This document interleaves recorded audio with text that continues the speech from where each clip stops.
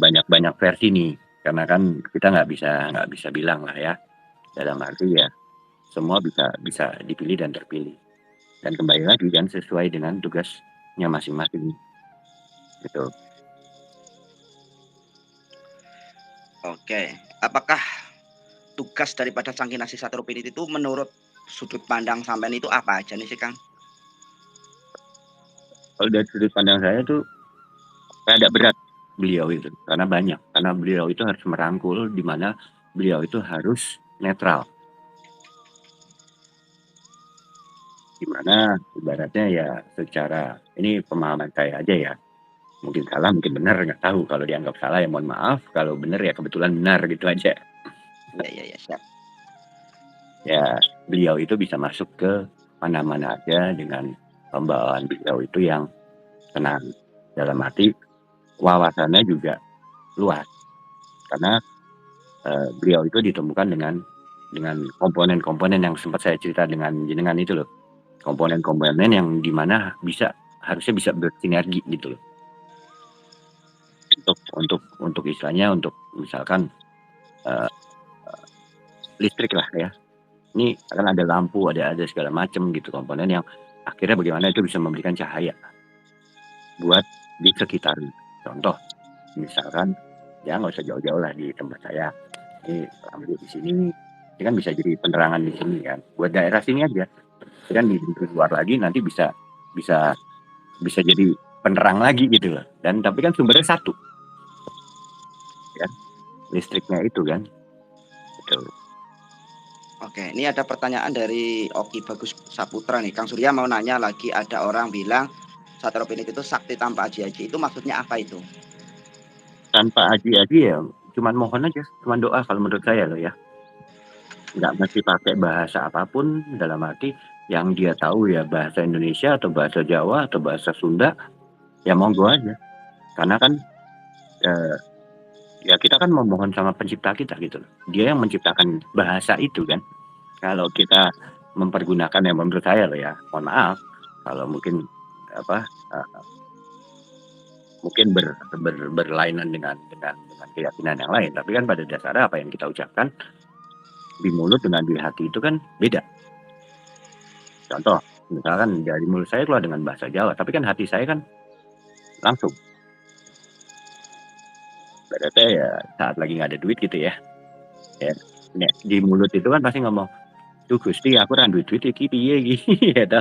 Tapi kan hati saya kan dia udah tahu, ya kan, sebelum saya ngomong. Cuman kan butuh terucap dari saya karena kita diciptakan secara sempurna. Ya kan? Ini kan ya ibaratnya ada mata, ada hidung, telinga, mulut, dan apa yang sudah kita saksikan kebesarannya yang maha kuasa itu. Nah kalau versi saya, pengalaman saya gitu kan. Oke. Saya mau bertanya lagi nih Kang, untuk mungkin sampean dalam sudut pandang sampean atau dalam kebatinan sampean, itu apakah Satrio Piningit ini yang sebagaimana dikatakan oleh Prabu Joyoboyo, bahwasanya beliau itu kan di Emong Semar. Ya, Ya. itu pengertian di Emong Semar itu kan mungkin masih, kalau anak-anak kan di Emong nih, diasuh lah ya bahasanya itu. Itu sampai kapan kira gitu terus, ataukah sampai muncul atau seterusnya itu? Ataukah Semar itu siapa? Kenapa itu harus diemong hanya kepada Semar ini? Itu bisa dijabarkan kan? Kalau Eyang Semar itu, Eyang Ismoa itu kan memang pamomong Pandawa. Dan nanti dia mendapat tugas nih versi saya. Enak. Dia ngemong yang orang-orang yang udah bener. Beda sama yang Tejo Mantri, yang Togok. Ya kan? Ya, dia membisikkan sebetulnya ajaran kebaikan lagi gitu loh. Budi pekerti lagi kan. Kembali lagi. Dan sampai kapanpun ya selama kita menjalankan apapun itu, ibaratnya beliau itu akan selalu mendampingi kita. Kalau menurut saya loh ya. Beliau itu enggak, ya utusan lah ya. Menurut saya utusan memberikan, walaupun terkadang ya beliau itu kan masih pernah menjadi manusia kalau menurut saya loh ya. Nah, menjadi manusia waktu zaman-zaman dulu lah, pertama kali Jawa belum belum ada manusia lah ya, belum turun nih gitu loh. Cuman ya beliau masih ada sifat-sifat, ya ini pengalaman spiritual aja gitu loh. Ya beliau itu masih apa ya, bercandaannya itu masih kayak kita aja gitu loh. Kayak manusia aja gitu loh. Nek nek misu ya misu wae, wah asu gue ngono kuwi, ngono kuwi. Ya seperti sama kayak di wayang itu loh.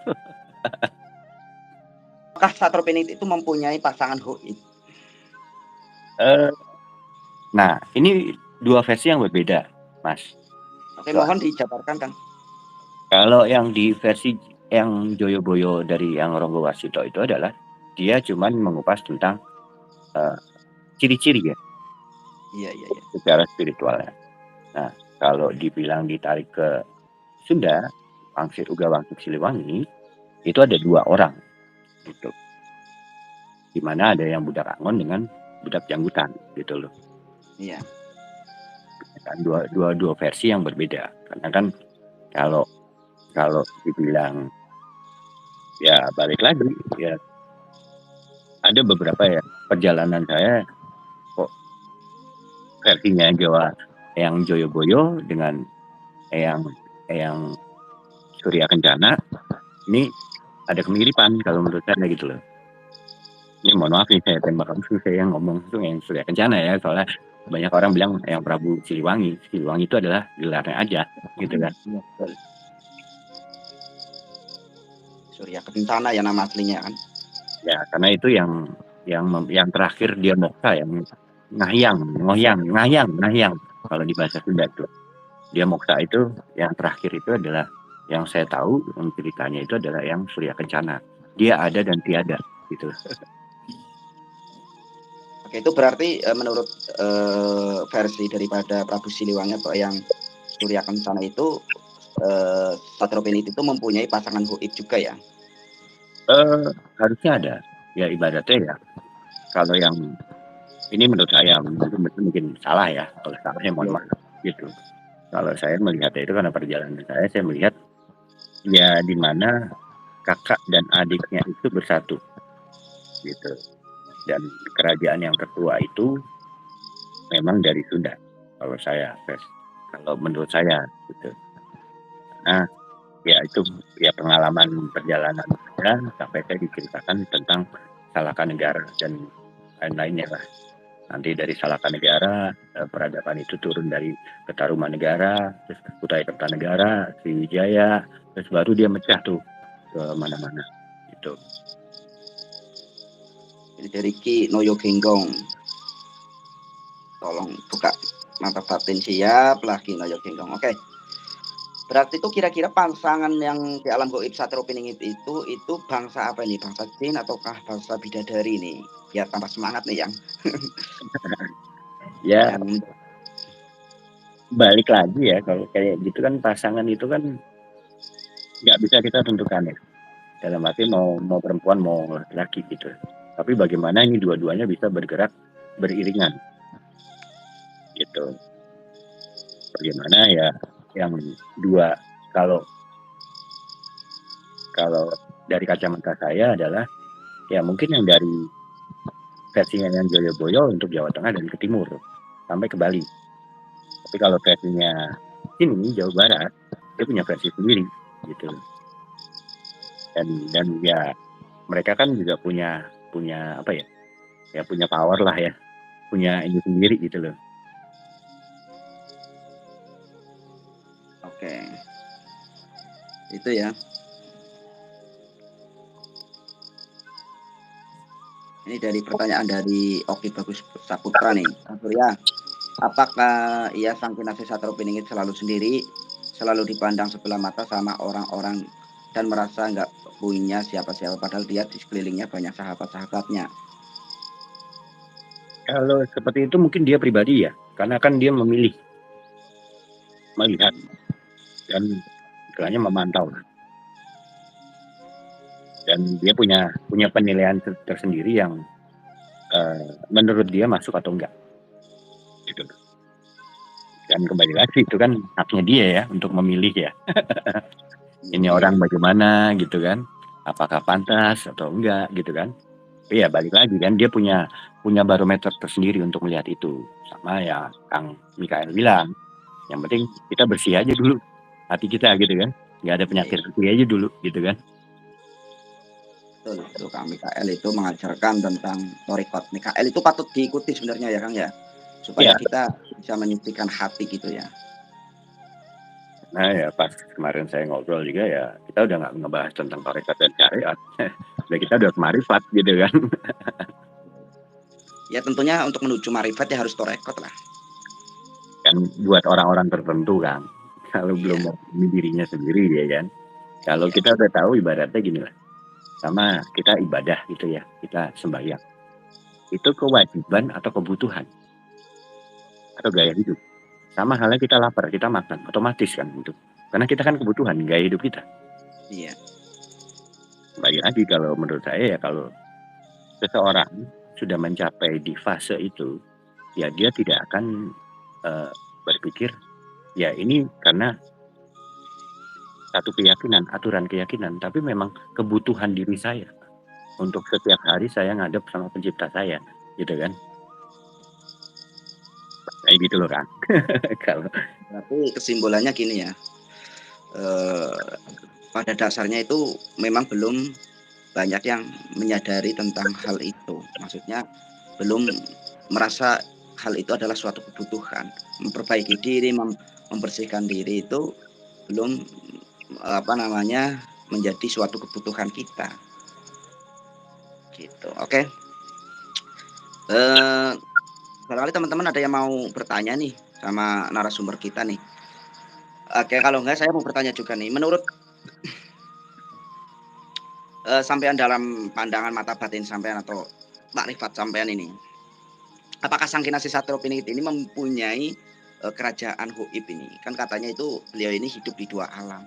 Di alam dunia itu kesandung kesampar, tetapi di alam gaibnya itu eh, menjadi sang penguasa ini. Itu menurut sampean itu seperti apa? Kalau memang iya itu dengan apanya bukti-bukti apa sampean itu meyakini hal itu? ya untuk seperti itu kan Pandu Kesampar itu mungkin dalam fase perjalanan beliau untuk menempuh ya menjadi pribadi yang lebih baik gitu. Dalam arti seorang nabi itu kan pasti berangkat bukan dari orang benar kan. Orang baik itu bukan berangkat dari benar-benar dia baik gitu kan. Tapi dia berangkat dari ya mungkin dia dulunya nakal, bandel atau penjahat ibaratnya gitu kan. Ada satu titik di mana dia akan berubah secara lahiriahnya ya, manusianya. Nah, kalau secara spiritual, nah, mungkin kalau menurut saya pribadi, ya dia itu mendapatkan simbol-simbol gaib yang dari para leluhur yang diturunkan. Ibaratnya misalkan dengan ke daerah Jawa Barat gitu kan. Ya, ini kan orang Kebumen. Tapi kalau yang peka itu bisa lihat, oh mungkin ada kujang sebagai simbol tertentu gitu kan. Semacam kayak gitu. Dan makanya mungkin secara sanepannya itu dia punya kerajaan gaib dalam arti ya dia memiliki simbol-simbol gaib itu dari para leluhur yang di setiap daerah gitu. Yang mungkin di mana saat itu dia sudah ngelampas sampai gitu loh. Oke, simbol-simbol di itu tergantung ya. Ya, Kalau di Jawa apa, di Sunda apa gitu. Itu simbol daripada leluhur-leluhur ini ya. Oke, saya mau bertanya juga nih, apakah sudah para leluhur-leluhur seluruh Nusantara itu sudah menyatu bersatu dengan Sang Kinasih Satrio Piningit? ada beberapa sudah kalau menurut saya. Sudah ya? Kira-kira itu siapa aja nih Kang? Barangkali sampean kenal tuh. Ya balik lagi kan, itu kan hak prerogatifnya beliau untuk memilih. Walaupun beliau dikasih petunjuk, oh ini misalkan kejenengan, ini mungkin ada gitu kan. Tapi kan balik lagi, kalau dari leluhur yang mengajukan seperti itu, ya kita kan manusianya juga melihat dong karakter orangnya seperti apa gitu kan. tingkah lakunya, tindak tanduknya, bagaimana dia bersikap. Balik lagi, mungkin kemarin Kang Mikael belum menjelaskan secara gamblang ya. Nomor darah tuh nggak secara gamblang, cuman lebih ke kesadaran diri lah untuk proses start awal. untuk start awal